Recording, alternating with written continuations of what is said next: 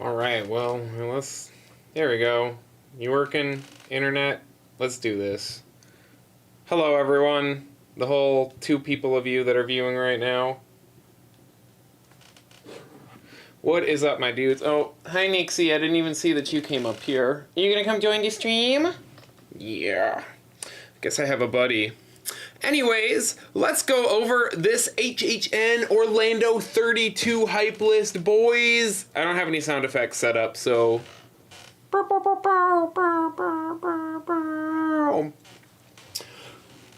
I'm super hyped for this. Anyways, how's everyone doing tonight? If y'all have any questions or anything you want to chat or ask me about Halloween Horror Nights, just let me know. I've been going for 13 years, so like... I know a lot of stuff, and I like to talk about it. Hence why I'm live streaming, because it gives me an uninterrupted platform not to shut up for the next hour or so. So yeah, if you guys have any questions, put them in the chat. It's also my first live stream, so let's hope that everything goes better than it did last time when thunderstorms came and completely wiped out our internet for a few days. Fun times, man. I will say, however, though, let me switch over to our spec map we got this year. I will say before I get started going through with everything, first off, I'm on like a 45-second delay, so if you guys ask a question and it takes me 1,000 years to respond, that's why. But this year, I'm very, very excited for, because it feels like the old days. Feels like the good old days of HHN, where icons were, hi Nix, are you gonna, okay, are you,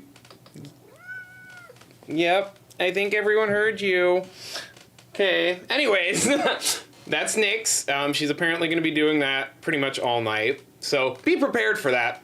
But what I really like about this year is how Dr. Oddfellow is kind of back to being one of those icons that we had back in the early mid-2000s, where he's kind of everywhere. I unfortunately didn't get to experience 2008 with Bloody Mary, but this reminds me of 2011, which was my favorite event that I've attended, with Lady Luck as the icon, because everything was just so cohesive, and there was clues to Lady Luck absolutely everywhere in all of the houses. Okay, apparently, look, Nyx, you're on screen there and here. But anyways, rehearsals have officially started from what I've heard as of yesterday or so, so there's going to be some more information leaking out here and there. If you guys know stuff, please don't put it in the chat. I don't want to talk about anything that could get anyone in trouble or put y'all's jobs in jeopardy. I know there's people out there that know stuff, so if you know it, you really want to talk about it, DM me or something. We'll figure it out. But anyways, I have heard that Oddfellow himself, and this was also confirmed in the podcast that Universal's been putting out, there's going to be a version... yes, thank you. There's going to be a version of Oddfellow that's actually in every single scare zone, and you're going to kind of see him evolve throughout the time periods. Jungle of Doom over in Central Park takes place in the 1920s, and that's kind of like the first time where he actually starts to gain his supernatural powers, theoretically. Shipyard 32 in San Francisco is going to take place in the 1940s, where he's going to be unleashing all the monstrosities that he has. And you might actually see him as one of those monstrosities, which I think is pretty cool. And then Vamp 69... of course, he's going to be inside there as well. So I'm really excited just to kind of see where Oddfellow actually pops up this year. Another thing I do kind of want to talk about before I go into each haunt, like individually, is just that I think I have a lot more confidence in the way that Universal is going to translate their IPs this year. If you guys have watched my countdown videos, or if you guys are new, check out my countdown videos. I'm ranking every single Horror Nights house I've done since 2010, which, good lord, is a lot, and it makes me feel old. But anyways, check it out. Good time. But you'll hear me talk a lot about those videos about how I don't really agree with the way that Universal translates those IPs. A lot of the time they try and tell the entire story, or they try and leave in too many story bits that just really don't work that well in a haunted house. Like, take last year's Black Phone, for example. Like, did we really need to have that finale hallway with the grabber being choked? Like, yay, the good guys win. Cool. But also, it just takes up valuable real estate for actually like, good content, the actual stuff that would be scary to experience. Freaky was kind of the same way. We had to experience the mansion and the high school and every single beat, and we didn't really get to explore those really big story beats that were super cool. Same thing with Stranger Things. Stranger Things 1 and HHN 28. We had to cover a whole season in a single soundstage. HHN 29, Stranger Things, we covered 2 whole seasons in one soundstage. That's way too much for them to try and bite off, at least in my personal opinion, and it ends up just feeling really disjointed, and it's just not as exciting as it could be. But taking a look at the IPs this year, we're doing a lot of different cool things that I'm really excited for. I also really don't count Universal Monsters as an IP because, yeah, they're characters from an IP, but we're not really directly translating scenes from any specific film. It's kind of an amalgamation of all the good ideas that they've had throughout the years. But if you guys look at the press releases for The Last of Us, it's only going to take place in the Pittsburgh section. Stranger Things is mainly going to focus on the Vecna scenes instead of the entirety of season 4. Chucky is basically not even on IP. Yo, Chucky is gonna be bonkers this year. Chucky is literally like... Okay, I was gonna talk about this when we got to it, but I'm so way too excited, so we're just gonna go right into it. So the theme of Chucky is that... Horror Nights made this announcement video last year about Chucky being the first haunt of this year, and then they started building this haunted house, and then, like, legitimately Chucky himself came to Universal, to the Fast and Furious queue, and went through this haunted house and said, "This is absolute trash. You guys suck. I'm making a haunted house, and I'm making it better." And he just, like, murders all of the team members and everyone that's working on it and creates his own haunted house. So, like, I don't even know if I can call that an IP because it seems like it's going to be something that we really haven't seen before, combined with kind of like a greatest hits approach. Really, the only IP this year that's really seems like it's going to be copy and paste to what the source material is going to be Exorcist Believer, but we haven't seen that yet. We're not going to see it until, what, a month and a half? 2 months? 2 months from now. I think it comes out on October 14th. So we have, like, what, 15 days of the event left when Exorcist is going to come out? Ah, beautiful. All right. So those are kind of my overall thoughts on this year. I think the IPs, which are generally the weakest part of the event for me, are shaping up to be constructed in a way that's going to keep them feeling fresh and exciting and not really overstuffed with the boring stuff that we don't want to see. Of course, I could always be wrong, but I at least have a better vibe about this year than I have about a lot of other years. And I've been really excited about some other years. So anyways, I forgot how much crap I have to have open on my monitors for streaming. Good lord. So I don't even have my notes with me. So this is just kind of a YOLO stream. Yes, Eric, that was the same case with Dracula Untold, kind of-ish.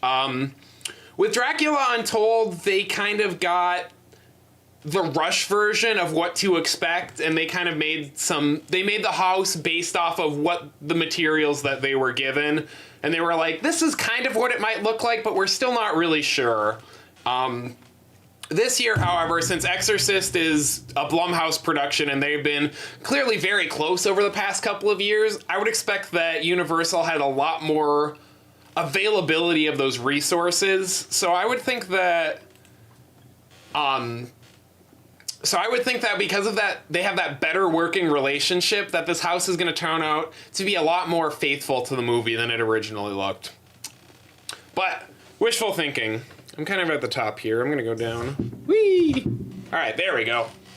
Hi, Nixie. Welcome back. Alrighty.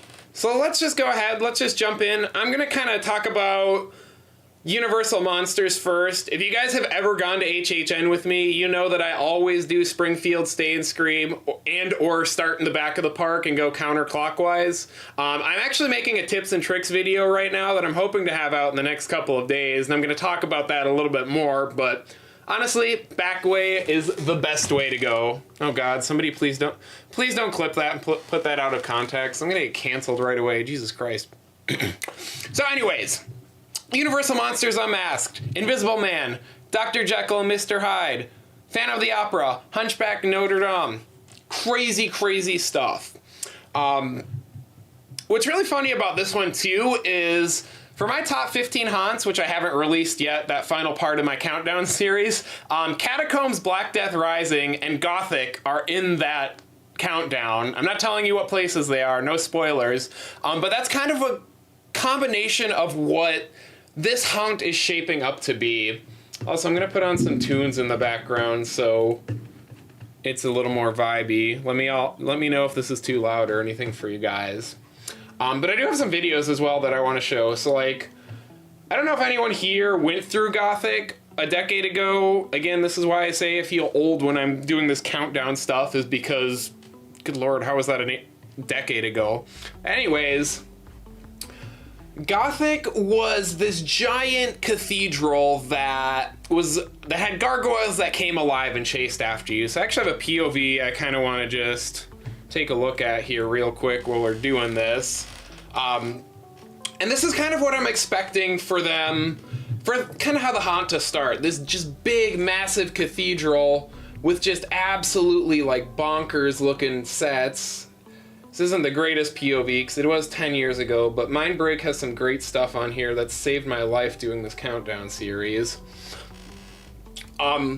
But it's pretty much been confirmed that it's going to have these big, massive Gothic sets, but then it's also going to contain a lot of stuff within the catacombs, which are going to be claustrophobic in and of themselves. There's a bell tower scene coming up right here that I kind of expect to see something similar to this, maybe, hopefully. Let's see here. But man, Gothic was one of the best haunts of all time, and I fully hope that this is going to be what Universal Monsters at least starts to. One of my favorite things about haunts in general is when they're able to have a variety of environments, and it's not just the same thing again and again. It's not just big sets, or it's not just claustrophobia. You have those claustrophobic sets like the catacombs, but then it opens up to stuff like the Gothics. For the last countdown video, am I going to do things we could see in the houses again? Yeah, I think I might. Like I said, I'm going to try and get this tips and tricks video done first, and then I'll try and do that. But yes, for sure, because I think we're going to see a lot of this Gothic stuff as we're going through. Catacombs, you guys are going to feel my pain because literally there's like 2 pictures of catacombs and I have to make an entire countdown review based off of those, so I don't really have too much to show. But claustrophobic, skulls everywhere. I think that's going to be pretty freaking cool, to be honest. Let's see, what else? They've said that there's going to be a lot of knives in this house, which is actually kind of interesting for me. Like, you guys know I like my knife sound effects for my videos, but I think that's going to be a really cool sound effect that they can do, the like, every time somebody pops out. And I also think the story about this one is kind of funny, how it's like everyone just kind of is doing their own thing in Paris, doing their own type of murdering and whatever, and then they all just kind of end up running into each other, and it's like, oh crap. Was also mentioned in the podcast that like it should theoretically start at the Paris Opera House, and there's gonna be like the cops and everything there. They like arrived on scene to a bunch of murders, and that's where the action goes from there. So that's just kind of crazy for me. Like, I think it's gonna be pretty cool. Universal Monsters as a whole has gotten so much better as it's progressed. I didn't like the first Universal Monsters that much, and it's not because it was a bad house, it's just because it was so safe. Let me see if I can pull up a POV here real quick that we can watch. Theme Park HD's always got some good stuff. Let's see. But like, parts of Universal Monsters was really good, the first one. Like, you had the Wolfman section, which was pretty cool because it had him on the bungee and whatnot, and it had that shot effect. Hunchback of Notre Dame, again, pretty cool. It's got bungees, got a big, interesting set. But then you get to Creature from the Black Lagoon, Gilman, and all it is just a bunch of boo holes with stuff hanging from the ceiling. Skip ahead over to Mummy, wherever he was. He was after Dracula. Same thing. It's just a claustrophobic corridor, which I guess you could argue fits his character, but I wanted to see something more exciting than that. And that's exactly what they did come Bride of Frankenstein Lives the following year. Everything was bigger, everything was better, everything just worked really well. Let's pull up one of those real quick. LOL, can't look up Universal Monsters 2020 because COVID, hashtag wrecked. But yes, I really enjoyed Bride of Frankenstein Lives because, again, it had that variety of sets, that variety of action. You have this big open stuff like in the facade, and then you went into these closed-in corridors later on through, and then you have these big, crazy scares like this, and these really cinematic scenes. Rachel, if you're watching, I remember you every time I watch this scene for the record. But it was so awesome. And also, another fun fact about this haunt, I'm getting a little off track and I need to reel myself back in. Told you guys I was going to talk about HHN without shutting up for a long time. But if you guys actually look at the stained glass window that's at the very back here of the finale of that monster's house, it's actually the same one that was used for Gothic, which I was just talking about, for its facade. Which I didn't realize until I was doing my research for this, so I think that's kind of funny. Anyways, getting back to actually talking about Universal Monsters and trying not to ignore chat. Legends Collide is in my top 10. Again, I'm not spoiling this final countdown and letting you guys know what position it is in, but Legends Collide was even better, and honestly, if this one continues the trend, this could be a top 3 hunt for me. So, with that being said, I think we're gonna put Universal Monsters, if I can find all of my stuff.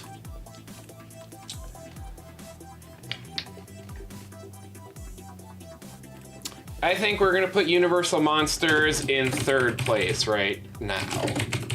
Conservatively. Do I think it might be higher than that? Absolutely. Absolutely. I've been going on for about 15 minutes or so. I just kind of talked about my general thoughts on the event first. Now I'm going house by house. I just finished up with Universal Monsters, so I'm gonna be going counterclockwise and talking about The Last of Us next. And oh boy, The Last of Us.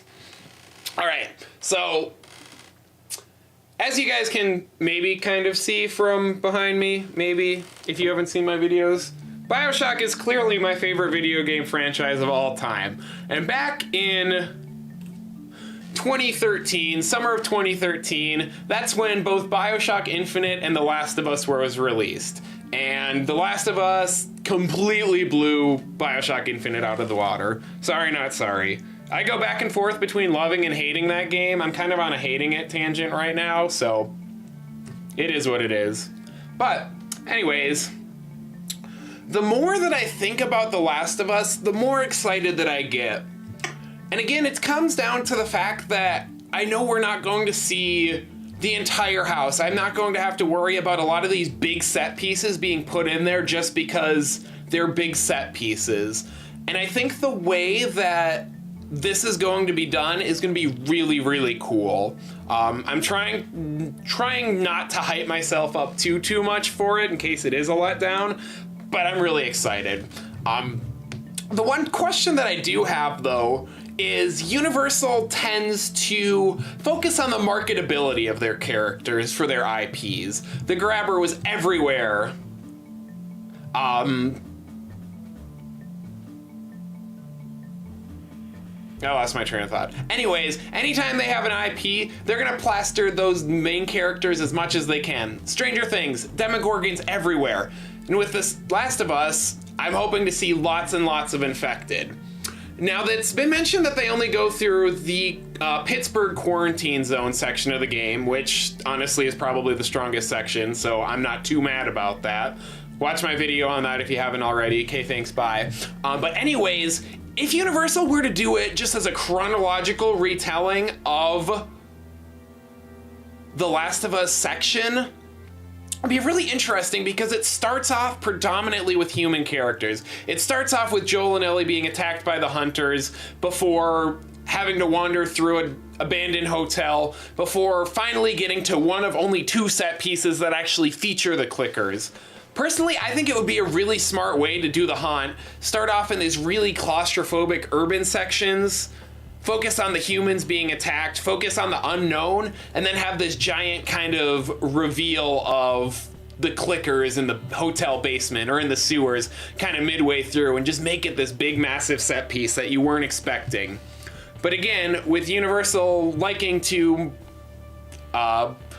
display those marketable characters as much as possible, I don't know if it's going to be a chronological telling, because they might want to put those clickers just right at the very beginning, which also could work very well. Do I think a Goosebumps would ever become a house?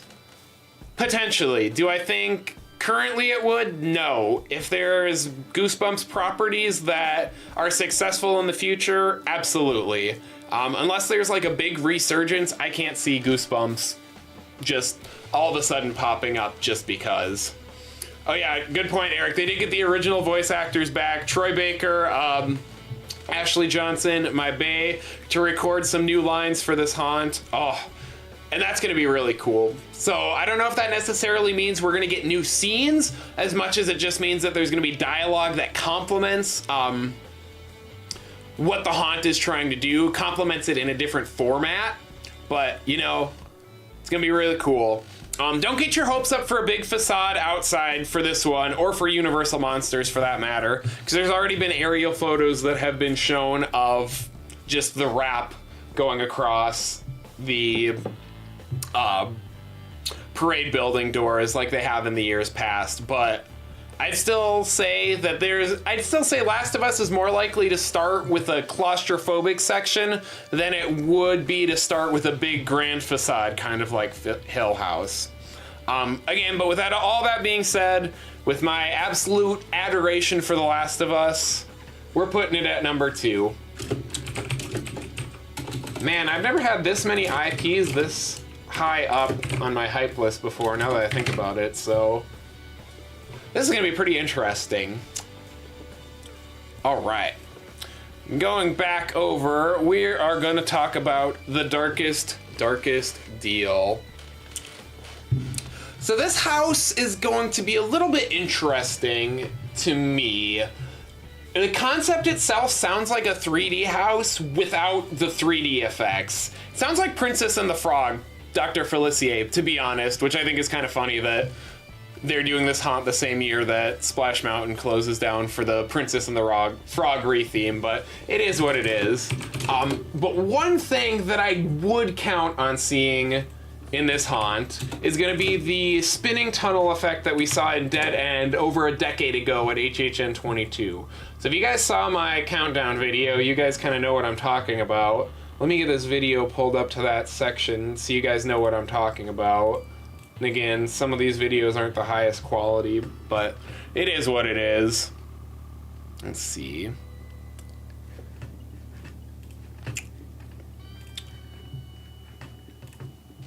But anyways, you're in this hallway, and then bam. Just kidding. Bam. Spinning tunnel all around you.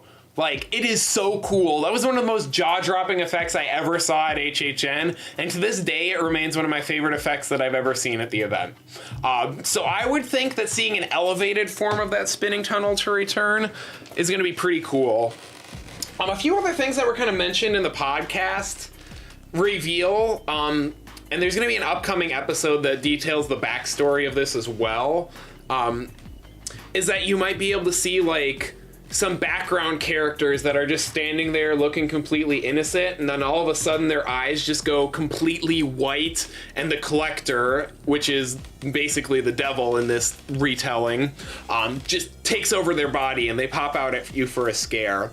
So I think it's going to be really interesting to see kind of how do they do those hiding in plain sight scares. How well is the otherworldly effects going to mesh with the real world effects? It reminds me of when in HHN 26 they advertised Chance's house as being the theater of the mind, and the line between reality and fantasy was distorted, and then it ended up just being the worst house they ever did, with just being cheap 3D effects and absolutely nothing of value. I'll never change my opinion on that. But yeah, I'm really excited to see kind of how the story takes a focus in this house and how it's more complemented by the effects than the sets. If you guys haven't seen the facade for this yet, let me see if I can find some pictures up here on Twitter real quick. It's got a really small facade, especially compared to like Puppet Theater and even Descendants of Destruction last year. But I just hope that means that this money is going to go back into the house itself, because I don't really think this needs a big grand facade. Let's see, did I do this right? Haha. So yeah, you can kind of see it's got the jazz club and everything. As I say, it's got the jazz club entrance. Like, it's very subdued, and it's gonna have a very, or at least I hope it's going to have a very nice soundtrack. Can I do a poll real quick? Let's see if I can do a poll real quick. So just a general poll for everyone who's here. After you guys have left HHN, or after you guys have the event is over, have you guys ever actually remembered any specific music tracks or anything from any of the houses, or does it just kind of all blend together as background music? Jesus.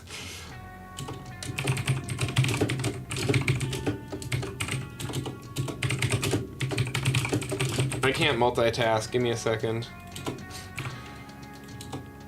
Okay, the weekend kind of counts, but it also kind of doesn't count. Okay, I don't know how to do polls, so I think this is working. Yeah, let's try this. Okay, maybe it's just me then.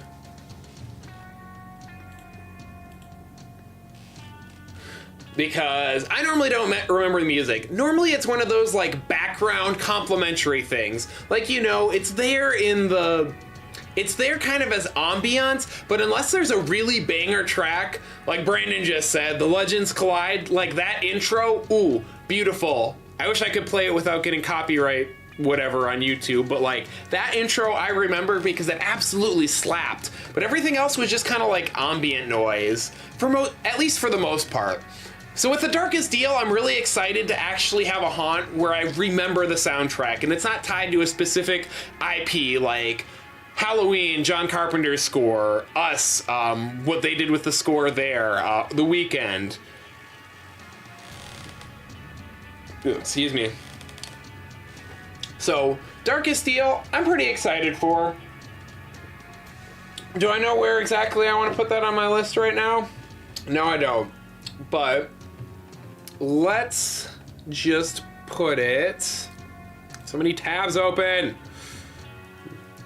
I need a third monitor. That's gonna be my project right before HHN, is to get a third monitor set up so that way I can do more live streams. Let's go ahead and put The Darkest Deal for now right in the middle of the pack. I'm not excited for it, but I'm more excited to see how a lot of other stuff is played, or how a lot of other stuff plays out besides that. Anyways, moving on. Cool transition that isn't there. Dr. Oddfellow. Burp, burp, burp. So, what actually was really unique to me listening to the podcast about this one is how gory it sounds. So the backstory of this is we're kind of going to Dr. Oddfellow's carnival after hours. You know, he's promised us that, you know, that glimpse at something cool because we're the special VIPs, so come back when it's dark out and no one's around. And as the podcast is telling the story and setting the stage, they're talking about how there is just like hundreds of dead, mutilated bodies like strewn about, like crazy amounts of blood and gore that I wasn't really expecting them to be mentioning specifically for this haunt. So, I'm really curious to see how gory they actually go with it. It does sound like it's going to be a lot more focused on twisted sideshow oddities and extreme acts of violence, more so than it is going to be an atmospheric haunt. But it does take place in the 1930s, so I'm really hoping for some like spooky kind of like Wicked Growth vibes for that first half, where you could just feel the ambiance the second you walked in. It is confirmed as well. Oh god, Blood Pit smelled like crap, Will, you're right. But it has also confirmed that we will see Jack in this house.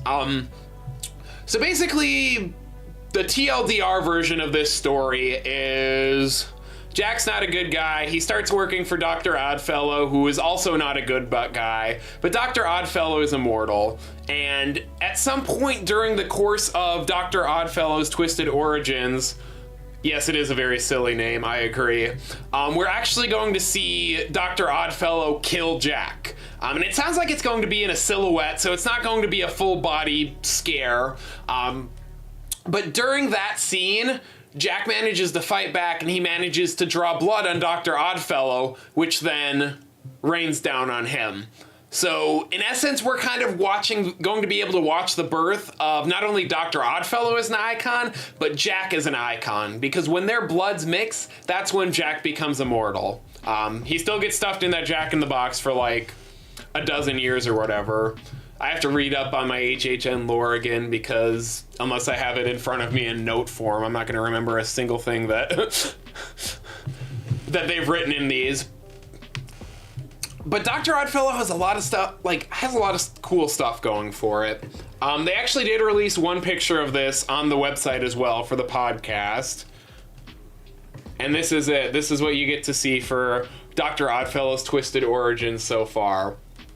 And I do kind of like the facade. Originally, I wasn't too big of a fan of it because it reminded me a little too much of the design for the Killer Clowns Funhouse. But the more I look at it, the more I guess it's different enough, and I don't really mind it. So I think it's going to be pretty good. I'm wondering how many effects that they're going to actually do, if there's going to be like the crazy mirror effect, or if this is going to kind of feel like Dollhouse of the Damned during HHN 24. But I guess we'll see. Yes, I have read Oddfellow's backstory. I was debating if I wanted to do a full video on it, but eventually I'll probably have enough notes that I could do a live stream and talk about it right before the event. This was a literal, I just worked a 10-hour shift. Let's just do a stream with absolutely no prep just because we can. Yeah, there is a picture of the facade. You are correct. Let me actually pull that up, because I know they're on Twitter. Because I literally just looked at it right before I started. Wow, it would be help if I could spell also. So yeah, pretty cool stuff, honestly. I really like that they have so much weird stuff outside. It almost feels like a Cedar Fair haunt, or a Magic, or like a Six Flags haunt. And I say that in the best possible way. It reminds me of that bridge between like campy theme park haunts and the actual high movie set quality that Universal is able to bring. With that, I still think I'm a little bit more excited for the Darkest Deal than I am for Dr. Oddfellow, just because I'm not quite sure what to expect for Dr. Oddfellow. It could go a lot of different ways, and it could be very interesting. So let's go ahead for now and put that right behind. We're going to put Dr. Oddfellow as number 6. I'm not typing out that whole thing. I don't care that much. I'm not committed. All right. So moving around the park, we're going to talk about Halloween Nightmare Fuel. Just kidding. No, we're not, because I've never seen that show once in my life. Nothing against the show, but since I've left Florida in 2021, I've had a lot less time to go to HHN, and I'd much rather prioritize my time doing haunts and scare zones than I would that show. So nothing against Nightmare Fuel personally, but if you ask me my opinions on it, I literally have absolutely none, because I've never watched it.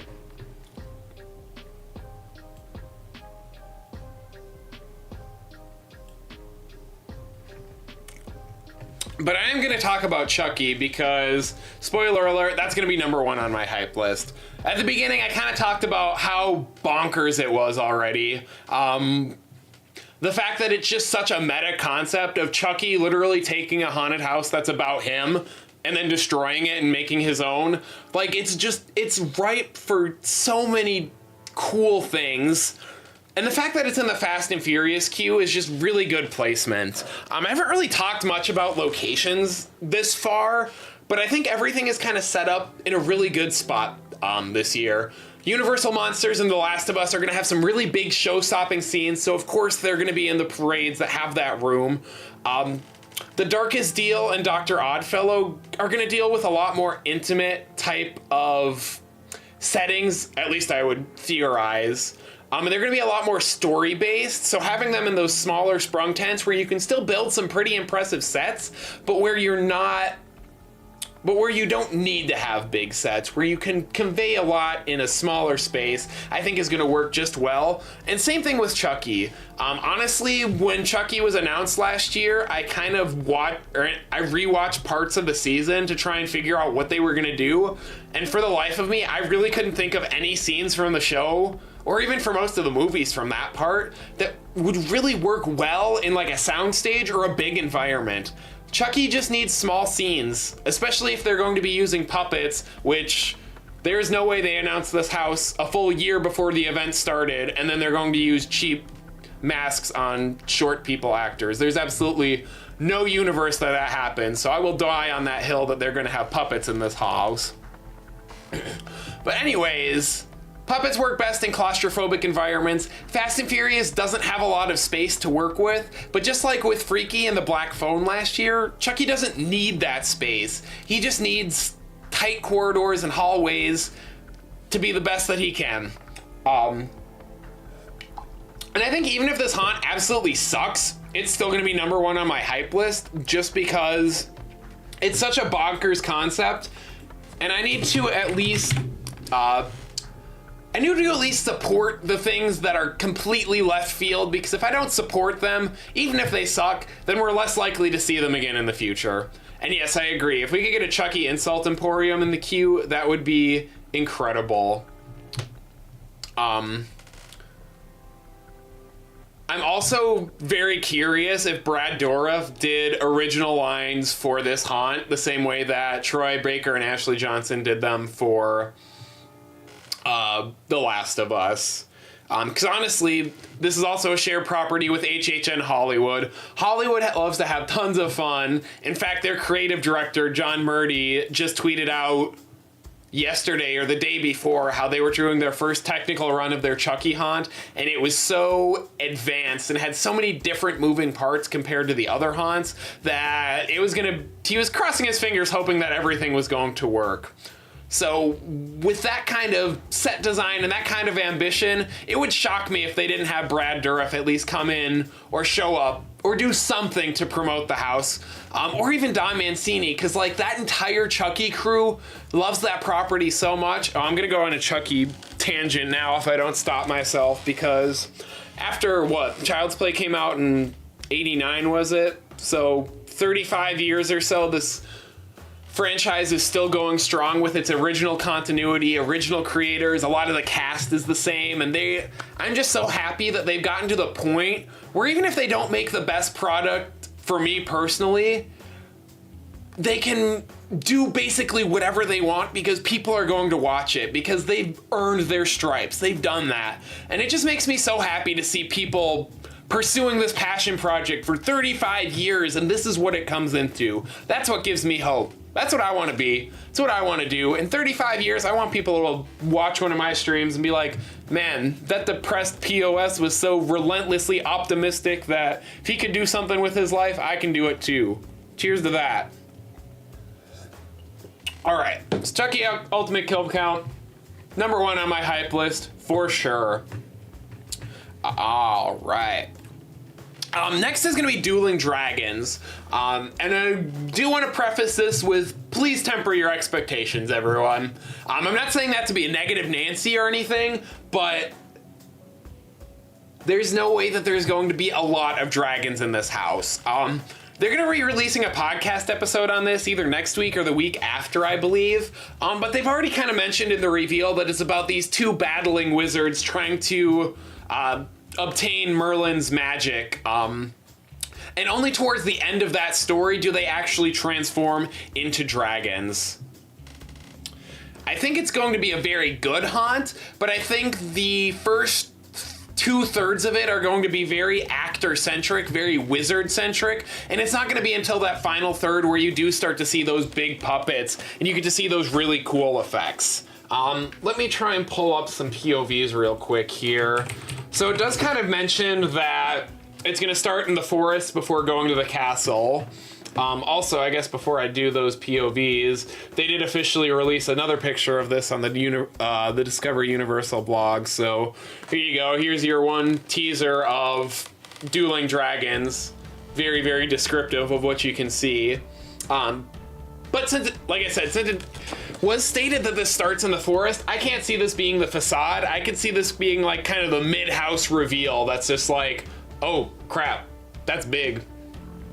But going over to Wicked Growth, I think this is kind of what we can expect the forest to kind of feel like. Even though I kind of ripped this to shreds in my last countdown video a couple of weeks ago, I can really see stuff like this, where it's just kind of that like muted, gray, stony stuff. But I think it could be has the potential to be executed a lot better in Dueling Dragons than it was in Wicked Growth. Another thing, I don't know if y'all have ever been to Legoland, California, or Florida, actually, now that I think about it for that matter. But they have a roller coaster, which, if my parents are watching, I don't know if they are, they can contest that I absolutely loved the dragon at Legoland. That was like one of my favorite coasters ever. Still one of my favorite coasters ever. But what they do in that roller coaster is it starts with this big dark ride section. I'm trying to see if I can find a good kind of POV to show you guys what I mean. Also, everyone say hi to Nixie, who's screaming in the background. But what they really did well is they kind of build up the reveal to this dragon. I can't really find a super great one for what I'm talking about. We'll do this anyways. So like you go through this big dark ride section and then you finally see the dragon. You only see really the front half of its body. You don't see any more. I wouldn't expect to see any more than this in Dueling Dragons. But if you can kind of see, you can see his tail wagging above. And I would expect to see a lot of that. I would expect to see tails, arms, wings, maybe parts of those appendages kind of breaking through like the other scenic work in the castle, and having those kind of be the focus, and with like puppet effects, kind of like they did with the Mind Flayer at the end of Stranger Things in 29. Yes, hi. Oh, Chino's coming up here too now. Everyone's just screaming on me. Everyone wants the support. But I do think Dueling Dragons has the potential for a lot of really cool stuff. Honestly, do I have anything else in my notes here? I really don't. It's gonna start. The wizards will be battling all the way through the fairy forest, through the castle. They break into the castle to get the spell book, and the counter magic hits them and they've turned into dragons. Again, it's also confirmed that this is going to have 4 different endings, and how I would anticipate that is going to be kind of like a combination between a split path and Legends Collide last year. So I'd imagine you're going to have a fire path, an ice path, and then you'll have a fire path where fire wins, a fire path where ice wins, and vice versa. An ice path where ice wins, and an ice path where fire wins. Good God, I didn't think that was going to be such a tongue twister when I started this. So it all remains to be seen. Again, Gothic houses are really, really my thing. Universal always seems to have one that has some really cool stonework and stuff every single year. So at this point, let's put Dueling Dragons. Let's put Dueling Dragons at number 7. I hate to say it, but the rest of this stuff this year is just so stacked. The fact that Dueling Dragons is so low says a lot about how hype I am for this event this year. Now going over to Stranger Things 4. So before the event was more or less officially announced, I still don't fully believe it to this day. Here, do you want to come on camera, princess? Do you want to be important? Oh, God, you're so fat. Come say hi to everyone. Say hi. I want to be famous, too. I want to be famous, Nixie. Yeah. Anyways, sorry for the cat segue. I thought that Stranger Things 4 was for sure going to be in Soundstage 22. And those of you who don't know, I'm going to pull up Google Maps real quick because this is the easiest way to describe it. I I thought for sure this was going to be in Soundstage 22. Hey, nice. I still have it up over Universal since I was working on a video earlier today. But Soundstage 22 is the one that normally lines up in the Plaza of the Stars right here in the concert venue, and then it's that big, long soundstage. Do I have my cursor turned on? I can't tell. But it's this big, long soundstage directly underneath where you see the Hollywood Rip Ride Rocket logo. And I thought that's where Stranger Things was going to go for sure. In the past, Stranger Things has never shared a soundstage with any other haunt. It's always had its own, and it's taken up every single square inch of that soundstage. But several people have told me that I'm wrong, and that it is for sure in a split soundstage with in Soundstage 24 with something else, but I don't know if that's common knowledge yet, so I'm not going to say it. But anyways, it kind of makes sense. Like I said, the first two Stranger Things haunts focused on trying to do complete seasons of their respective shows instead of just doing the greatest hits or the best scenes that would work in a haunted house. So focusing really only on the Vecna stuff makes a lot of sense, and it makes sense that it won't need as big of a footprint. Can't say that I'm super excited for Stranger Things just because I've been let down twice in the past, more or less. First one was pretty good, but nothing special. Second one was just like Second one was like a sci-fi action movie where you're just like, okay, this is some cool set pieces, but like, where's the scares and where's the cohesiveness? And as much as I want to praise Universal for the way that they're trimming the fat of the IPs this year, I just don't have too much confidence that Stranger Things is going to be able to do a complete 180 and go from mid-tier haunted houses to like top tier. So with that being said, I'm going to put Stranger Things not all the way at the bottom. Well, actually, no. We're going to put Stranger Things at number 9. Yeah, I agree. Way too many plot lines otherwise. I think they might try and do the Russian prison maybe for just a brief moment. I can't remember if that was mentioned in the press release or not. But really focus on just the strongest part of season 4, and I think they'll be doing a lot. They'll be in way better business than trying to do the whole thing. All right, what do we got next? Oh, also, I forgot to answer this earlier. Somebody asked, was the Megan Horde still a thing? And the answer is, I have no idea. It was never officially confirmed. Nobody that I know seems to know anything about it. If it happens, it happens. If it doesn't, I don't think it's honestly that big of a loss for the event. So we'll see how that goes. Moving on to the next haunt, which Eric is going to yell at me for if I don't put this at number 4, is going to be Blood Moon Dark Offerings. Is that what it said? Okay. I can't remember the subtitles of that one. I'm sorry. Man, I'm choking. I'm throwing for content here. Jeez. Anyways, this trope has been kind of tackled before, and very unsuccessfully. So if you guys have been going for a while, or even if you haven't, what was it? Blood Ruins during HHN 15 back in 2005, and Roanoke Cannibal Colony during 2014. Those are the haunts that come to mind when we think about crazy cultists or crazy villagers. And while I never experienced Blood Ruins in 2005, it got pretty bad reviews, and I didn't like Roanoke Cannibal Colony because it just came across as too cheesy. The other problem with these colonial era haunted houses is there's a lot less environments to choose from. Roanoke was a lot of the same type of barn environments with not a lot of variety. And it made the house just feel very samey because it didn't feel like it was going anywhere. It felt like it was repeating itself. Even with different scare tactics here and there, it just felt very much the same. And it's really hard to pull off like crazy cultists without coming across as just kind of like overacting in a sense. One thing I was talking about with some friends though is since when those haunts came out, at least to my knowledge, I can't really think of any good cult-based horror movies that were out at the time. Recently, though, with A24 and with Midsummer, now we kind of have a pagan ritual, cult-themed horror movie that's made its way into the mainstream that a lot of people know about. And it gives kind of, I don't want to say more inspiration, but it renews the excitement, I would feel like, in that type of property.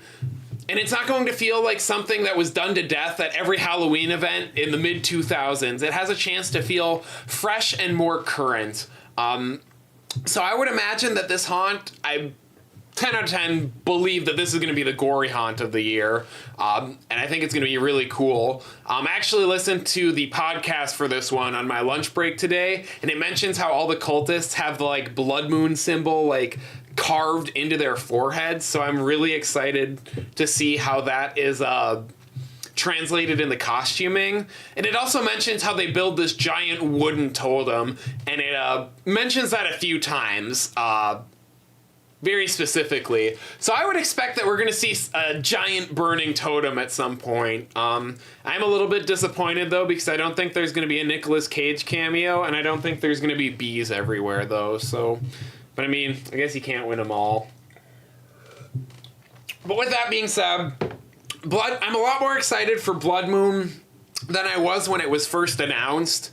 But again, it reminds me of the old school HHN, and not in a good way. It reminds me of HHN before it found its identity. It reminds me of those other theme park haunts that when they needed to pick a theme, this was kind of one of the easy go-tos.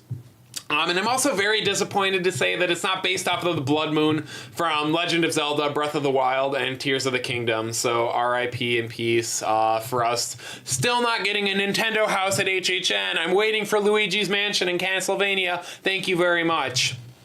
But anyways, I'm going to go ahead and put Blood Moon in 8th place. I am... Really, 8th place is not bad for this list. 8th place is kind of where my excitement ends, if that makes sense. Like Stranger Things and whatever is going to be at number 10, which I'm sure most of you guys can already believe. Or you can already... Oh, wait. Yeah, that was a pun. I'm sure you can all know what number 10 is going to be based off of the two that are remaining. But 9 and 10 are really the only ones that I'm not super stoked for. 8 and above, I think any one of those easily has the potential to be House of the Year or to be a surprise sleeper hit. If I had to guess right now, Dueling Dragons is going to get House of the Year, hands down. Am I necessarily going to agree with that? I don't know. Do I think Oddfellow or Blood Moon would be gorier? I think Blood Moon's going to be gorier. I think that Oddfellow is going to be more... I don't want to say graphic. I think Oddfellow is going to have more graphic set pieces and more gruesome things to look at. But I think overall, Blood Moon is just going to have that like saturated and gore feel, that like fake blood everywhere, just stringy, moist, goopy, like everywhere you look is blood. And I think for Oddfellow, there's going to be scenes that aren't going to have to rely on blood and carnage. But I wouldn't necessarily say the same for Blood Moon. Moving down to The Exorcist now, which is in Soundstage 22. I hated the first Exorcist house, guys. Like, I'm not trying to say that to be mean, because I know a lot of people did like it, but I just... It was so long and it was so boring for me. And it didn't help that every time I tried to go through this haunt, I literally got stuck in the puke room or the blackout room for like 90 seconds at a time. Like, it was ridiculous how much guest flow issues were in this frickin' haunt. I mean, I will say though, the facade, still one of my favorites of all time. That score, iconic. That lighting, 10 out of 10. Beautiful. This scene right here, where you're walking through and then the lighting pops up and the scrims disappear and you can see the Pazuzu statue and everything. That was incredible. And I really think that we're going to see this again this year. What wasn't great was this. these blackout sections where it was literally way too long. They cut out most of it for this video. But it was just way too long. You were getting stuck in there. It was like twice the length of a normal scene in any other haunted house. And when it takes you 3 minutes or so to get to the third scene of a haunted house, which then ends up being the same room 4 or 5 times with only slight variations, it really kills the pacing.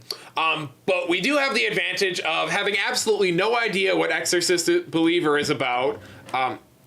Who is under my desk trying to kick my computer? Thought I would make it through a stream without a technical glitch, but apparently not. Anyways, since we don't really know that much about Exorcist Believer, it's hard to say that it's going to be a bad haunt, because we don't know.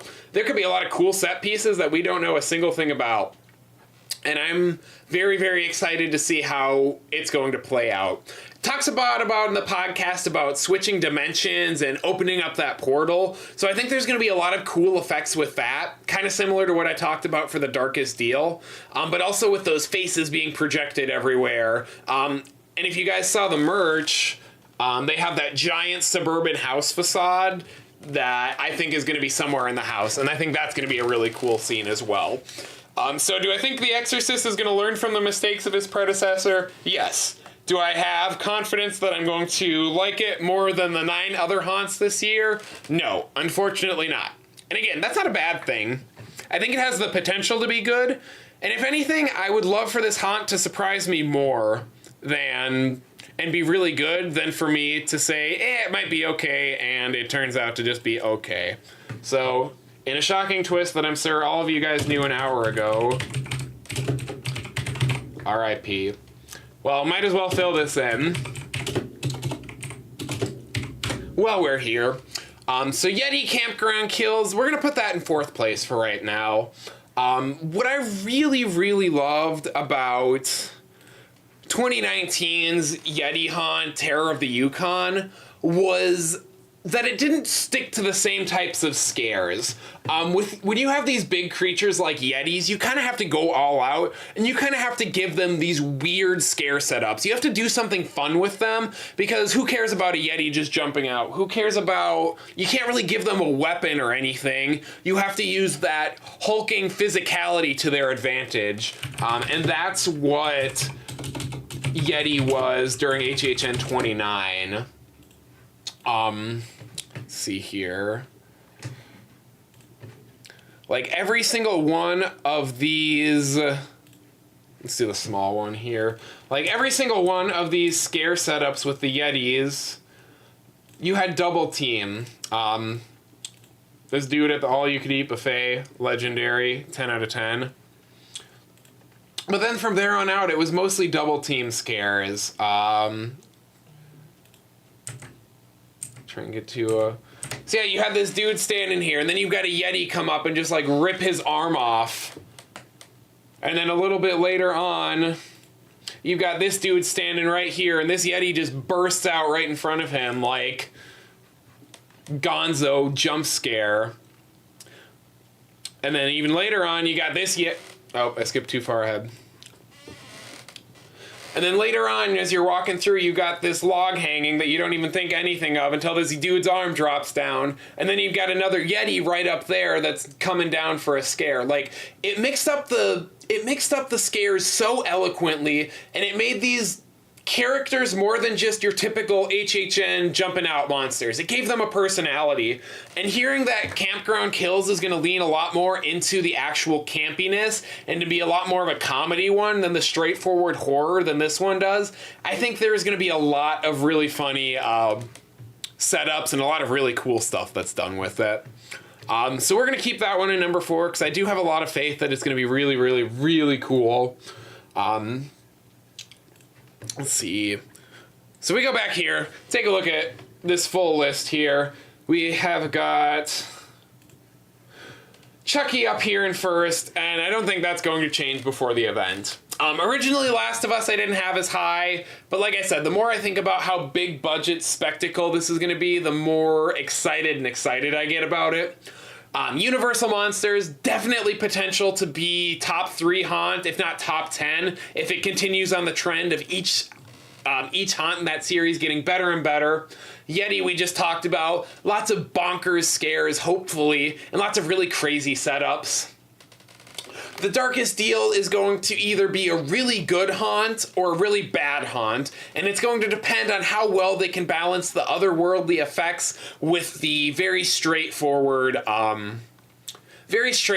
storytelling and theoretical set design. If there's one thing I hate in a haunted house, it's just plain black walls with no texture or detail. It worked in the Black Phone last year because they were textured. There was layers to the darkness. It wasn't just a plain black plywood wall. But a lot of the 3D haunts tend to convey those otherworldly aspects just with fluorescent paint on black walls. So I'm going to be curious to see how they can pull it off here. Again, Dr. Oddfellow, when was the last time we even got an icon house? Was it Chances in HHN 26? Because we didn't really have... Can't really think of any specific icon. Of course there was icons for HHN 30, but I mean, let's be honest, I didn't think that house was that great either. I didn't think it was bad, but it was very fan servicey and it was very narrow. So I think Dr. Oddfellow definitely has potential to be the best icon house and probably since Jack's Monsters and Mayhem for 25, to be honest. Dueling Dragons, again, potential for that to be one of the best originals that we've got in years. Definitely going to be going balls out with the puppetry and with the scenic design. Blood Moon is a chance at redemption for all those old school HHN haunts that kind of just fizzled out and failed and weren't as great as they probably could have been. So I'm excited to see this one actually be successful. Boys, please don't kill each other while I'm on stream. Stranger Things, it's probably going to be a Stranger Things haunt. I want to be optimistic, but who knows? Oh, Miss Billiam's home. I hear her car horn. So you may have to get to say hi to her in a few minutes. And then Exorcist Believer. I always have one haunt each year where I just really don't think about it too much. And then when it actually comes around, it makes it that much better having zero expectations and actually being blown away. And that's kind of where I am for Exorcist Believer. I know it's probably going to be a lot better than most people are thinking it out to be, but I'm going to put my energies on being excited for other stuff instead. Yes, somebody's home.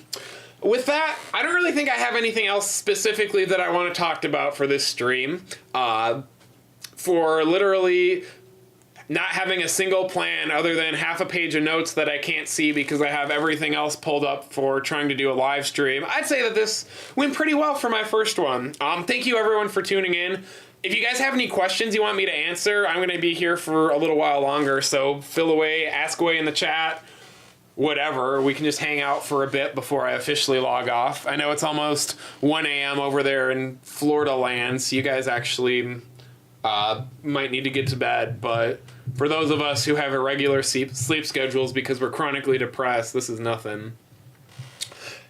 Yes, I do wish they'd go back to pushing icons and ads and merch as well. I was actually talking about this with Oreo Will earlier today. They don't need it.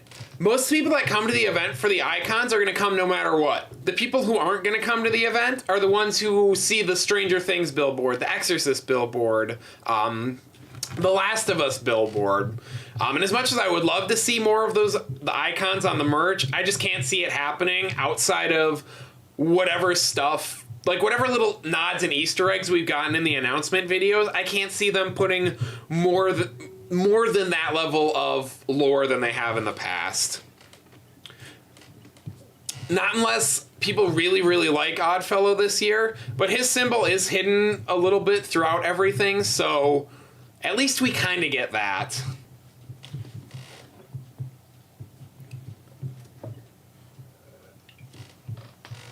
Stop looking at your vagina on screen. Oh, hi, you're in chat. Sup? Are you not gonna... You can come up here if you want. It's not like we're doing anything exciting. Well, moderately exciting. I guess it depends on your definition.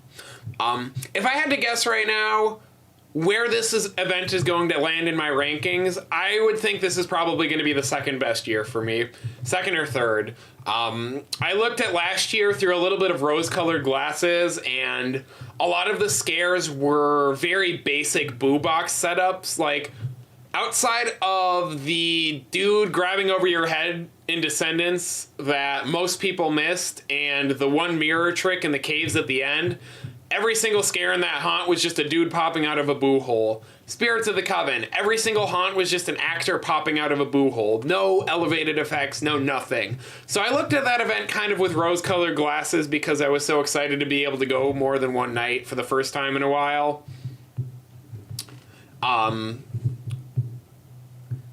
And I think I put that like 4th or 5th overall, and I think this easily has the potential to do better than that. My years 2 and 3 are kind of murky, or my second and third ranks are kind of murky. I think I have 2014 up there, and maybe 2016. I can't remember. I'm gonna have to go back and actually cement this. Nothing's gonna touch 2011. If this can beat 2011, I'll eat my shoe live on stream. You heard it here first. Somebody clip this and save it. If this year is better than 2011, I will eat a shoe live on stream. Oh, everyone say hi to Miss Billiam. Let me go to the big view. And Nixie, who's very cranky and upset. Let's see. Let's go chat now. Let's see.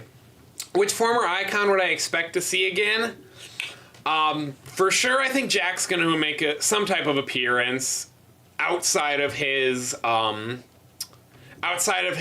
Oddfellow haunt. Dr. Oddfellow's Twisted Origins. God, I hate that name. It's so I never remember it. But anyways, in future years, I'm not entirely sure who might be coming back. Let's be honest. 5-second Scare Zone hype list.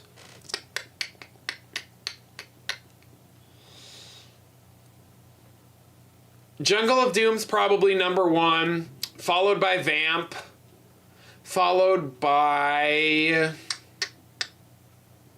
Dark Zodiac, because I think Dark Zodiac's going to be just like 7 from 2011, which is probably my favorite Scare Zone of all time, where it had each of the 7 deadly sins on each of their own stages, and they grew more grotesque and mutilated as the night went through. And the soundtrack was The Beautiful People, and it started as this nice angelic choir version, and then at the end of the night it was the Marilyn Manson version. And I'm really kind of hoping that it switches like that throughout the night. It kind of starts off as this statuesque Scare Zone, and then it evolves into this just really dark and twisted macabre version.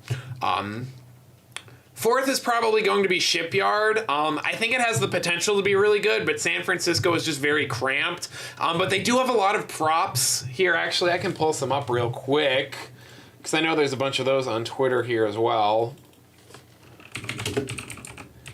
But they do have like a lot of empty crates, and it does look like there's a lot of potential for actors to... God, if I could click on the right thing. Oh my God. There we go. But I do think there's a lot of potential here for props for actors to be hiding in. I like this little oil derrick thing as well. But like, they've got crates. You can see these are kind of empty. There's a big empty one there. There was another blue thing. You can kind of see right here. God, this should get censored. This does... Anyways, but it looks like... I feel like there might be something in this crate, and it makes me curious to see what else they might have there. And then Dr. Oddfellow's whatever, Carnival of Carnage, whatever, Collections of Horrors up front. Front Scare Zones normally seem more like photo ops. It is really cool that they have the like front entryway as a walkway, so they probably have an actor up there, so I think that's pretty cool. But I think Jungle of Doom, Central Park Scare Zones always have the best ambiance for me. I'm hyped for that one. Let's see. Will we getting a Hollywood breakdown or maybe a super list? Probably at some point. Channel update. Realistically, what I want to try and get done, I fly out to Florida on August 31st, which is what?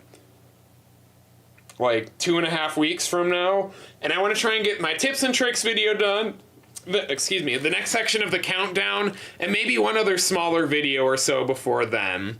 Gonna be in Florida for about a week and a half doing HHN. I have a week back here, and then I'm gonna be going to California with some friends for 2 weeks and doing HHN. So like all of October, I'm gonna be trying to pump out as much content as I can, and I'll probably do some type of compare and contrast between Hollywood. If you guys want to talk about Hollywood's event for a little bit, we can. I think Hollywood has the potential to be really good this year. This is the strongest I think Hollywood's ever looked. Honestly, Will, you're lucky you're going to Hollywood this year because good lord was that event trash from 2017 to last year. Good lord. I've done what? Maybe 12 good haunts at HHN Hollywood in the past 5 years of going, because we skipped 2021. But I think this year is going to be good, especially with Murdy talking about how many different animatronics are in the Chucky, whatever you call it, within the Chucky house itself. Bringing back Holidays in Hell, which was my favorite of 2019, with a bigger layout. Exterminators for the Terror Tram sounds like lots of fun. Stranger Things is probably going to be better in Hollywood. I'm going to say it right now. Put me on the record. Clip it. I can't confirm the validity of this, but if you went to Hollywood the last time that they had Stranger Things, you'll know that Mind Flayer puppet was not great. Actually, here, let's look it up. That Mind Flayer puppet made ours in Orlando, which was actually pretty good. Looked like Oppenheimer, basically. Okay, let's see. But the one thing that Hollywood has always had going for them is their Stranger Things haunts, or their haunts in that soundstage, the single soundstage that they use in general, they are long. Like, they are like twice as, like, their Stranger Things haunts, I think, were probably twice as long as ours were in Orlando. So and again, can't confirm the validity of it, but it sounds like they got their butts chewed out, more or less, by Netflix for kind of the quality of their Stranger Things houses compared to Orlando. Let me swap over here real quick. Let's do... boop. So it sounds like they were, for the first time since they started doing this event, since they started doing Stranger Things, it sounds like they worked very closely with Orlando. So I think that Hollywood's is going to have the longer length, and I think it's going to have just as good, if not maybe slightly better quality than Orlando did. But I mean, just look at this puppet from, like, that's just... I love parts of the Hollywood event, but, like, you gotta admit, that's just kind of rough. That's just a little bit rough. Let's see. I know, I'm trying to get the finale of the countdown done. I know everybody wants to see it. Y'all, it's just tiring sometimes to try and make those reviews. Doing 105 reviews, trying to make each one short enough that it doesn't drag on and that people don't tune out, but still detailed enough and still exciting enough that it's not just me saying my opinions over some footage that people could already look up on YouTube themselves. Like, it's draining. So it takes me a little bit of time to kind of work back up between each one. And I've also been working a lot this summer because summer and short-staffed, so I haven't had as much time to actually just sit down and focus on them as much as I would want to. Oh yeah, and for Hollywood, Monstros, oh, so good. Their Latin American houses have always been incredible. Like, very, very good. Unfortunately, I wasn't able to experience their Chupacabra haunt or the first iteration of La Llorona back in the early 2010s, but La Llorona last year was incredible. Definitely better than the one that we got in Orlando during 2013. And that Parisian Courtyard has always had such good haunted houses, which to me is really, really interesting. Like, for those of you who haven't been or who have only been to Orlando, the best way that I could describe it is that that location is like trying to build a haunted house in Sting Alley or Nosserman's, which they did do in the past, but they're building it between the facades of their... Is that New York over there? I don't know. I'm never there I'm only ever there for horror nights at night, so I can't remember all of their theming. But they're building this haunted house in between the facades of the daytime, and it's got such a cramped and small and convoluted layout, and they can really only do a few things with it, yet somehow each and every year they still manage to do a really good job of making it like the best layout of the entire event. Even better than the ones with the giant tents or the huge sound stages. I think you spelled that right, and I hope that too. I gotta research Hollywood a little bit more before we go. But I'll definitely be doing a breakdown video or something about it, because I'm excited. Last year was a huge jump up in quality compared to the previous 5 years. So unfortunately, I wasn't able to go 2016 was the last time they were really, really good. So I unfortunately wasn't able to go before then. But last year was solid. Almost no black hallways, only a few transitions that were black. The worst haunt was Killer Clowns from Outer Space, but it was just a repeat of the few years before. So it kind of gets a pass. Yes, Nixie, I hear you. Oh, hi. I had one other thing I wanted to mention about Hollywood, but I don't remember what it was. I'll have somebody to pick me up, Mom. I promise. Or maybe I'll just crash. Oh, wait. Will, weren't we going to be going to that UCF game? I can't remember things if they're written down in front of me, as evidenced by this live stream.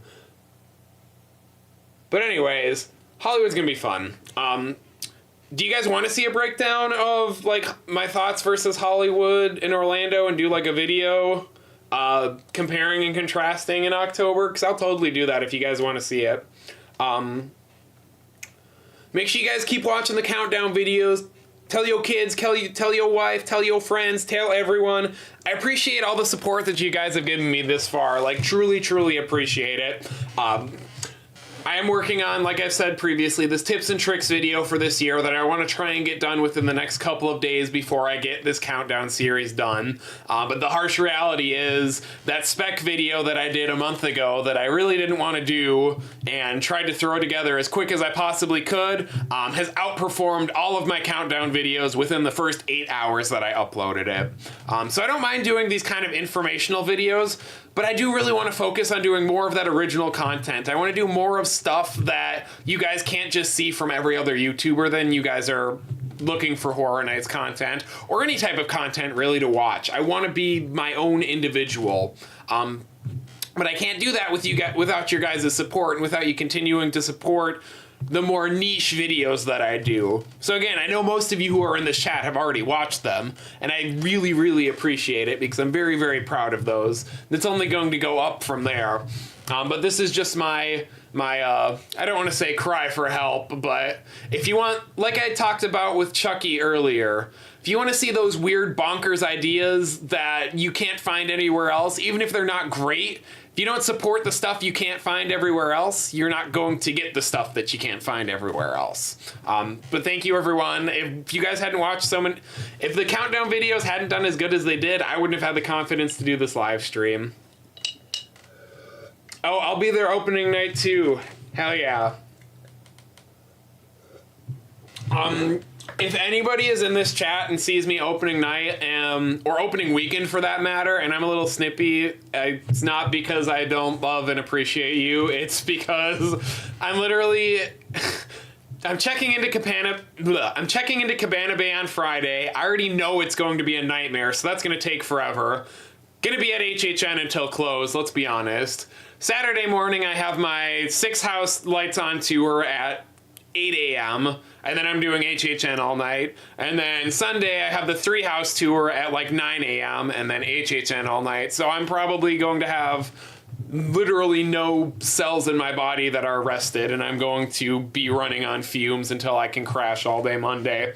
But I'm going to be there the second weekend as well, so I'm probably going to be doing a lot more filming for B-roll, so I have stuff for videos for years to come, and just more of hanging out and wanting to meet you guys that have supported me. So, and hell, even the first Saturday, I'll probably be wanting to meet you guys and hang out. Just that first night, I'm going to want to get everything done. Some of you in the chat have gone to HHN with me for employee preview before, and you guys know how it goes when we go through 2 haunted houses and then somebody says, hey, let's stop for drinks for a little bit. I don't play that game. I've been waiting 10.5 months for this event to start. I'm not resting until I have every single haunt done because my ADHD will not let me sit still otherwise. Do I plan on doing multiple laps around the scare zones? Probably. I'm probably going to try and hit every single haunt twice, and then if I start to crash later in the night, I'll probably hang out in the scare zones. Normally scare zones are more like a second or third night thing for me, but since Dr. Oddfellow is going to be going to make an appearance in every single zone, I think I'm going to want to hang out on them a little more on opening night to see if I can kind of catch them. Yes, I become Sonic because I gotta go fast. Also, since Cheyenne mentioned Sonic, we're seeing this when I go on my California trip. We're going to the Sonic Symphony in the Dolby Theater on the 30th, and I'm heavily debating wearing my Sonic the Hedgehog costume, but if I do that, I have to find a way to get it to California. So, that's the eternal struggle that I am experiencing. You guys keep talking about how you guys want the final countdown. If you can guess the correct place of any haunt that's in my top 15, I will confirm it. How's that sound? Or even if you can just guess one house in my top 5, I'll confirm it. Except for Cheyenne and Will, you're disqualified, because I think you guys already know my top 10, give or take. Also, repping the Not Scary Farm mug from last year, Tiki mug. Is Not Scary Farm better than Halloween Horror Nights Orlando? I don't know. You'll just have to find out when I finally make that video, because I've had the rough draft of that script written since January of this year, and I haven't had time to make it yet. Catacombs is not in my top 10, but close. Legends Collide is not number 1, but it is closer to number 1 than it is to number 15. Yes. And I guess technically, if you want to get technical, Legends Collide is my highest rated IP haunt. Again, I don't really consider it an IP because it's basically just an original idea with IP characters. But it's my number 1 IP haunt. Yes, Pixie Bear. Oh my goodness. You are being so pathetic. I need to make videos with you guys. Well, I think with that being said, if you guys don't have any questions, I think it's about time that we head off. I do have to work in the morning. I did not kind of realize how late it was. But that's okay. I had a really good time. As I wrap up again, if you guys ever have anything that you want to see content-wise, or if you guys want to see more live streams, comment on my videos. Let me know. Yes, I'll get a Nix cam for you guys. I'll get a cat for all the, or a camera for all the cats. I really enjoyed this. I hope you guys could tell that I had a lot of fun. I was really nervous to do this, I'm not gonna lie. I was having panic attacks.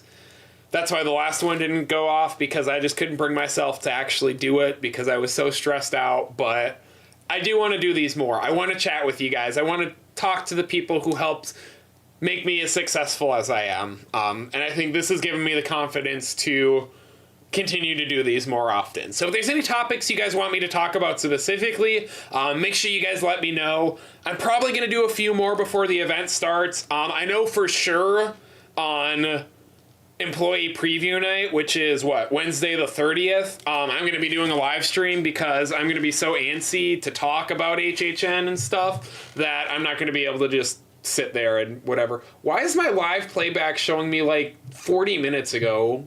This is so weird. Yes, film your first HHN video. If you need any tips, let me know. I'll be happy to help out however I can. I'm still new, obviously. I'm not great yet, but I'm getting there, and I want to help you guys be as successful as you can. But I think I'm going to sign off. Hopefully, within the next couple of days, we'll do another stream. Maybe something a little more structured with a little more in-depth coverage, kind of like where I was showing the pictures and everything. We'll do something like that with maybe a few specific haunt breakdowns. But honestly, just thank you guys. Thanks for tuning in. Thanks for chatting with me so I wasn't just talking to myself the whole time. This was a lot of fun, and I'm really glad that you guys came out. Till we chat again, make sure you guys go out there, be good people, make the world a better place, make a small difference, do one good thing a day, and I promise it'll make you feel better about yourselves, and it'll make the world a better place too.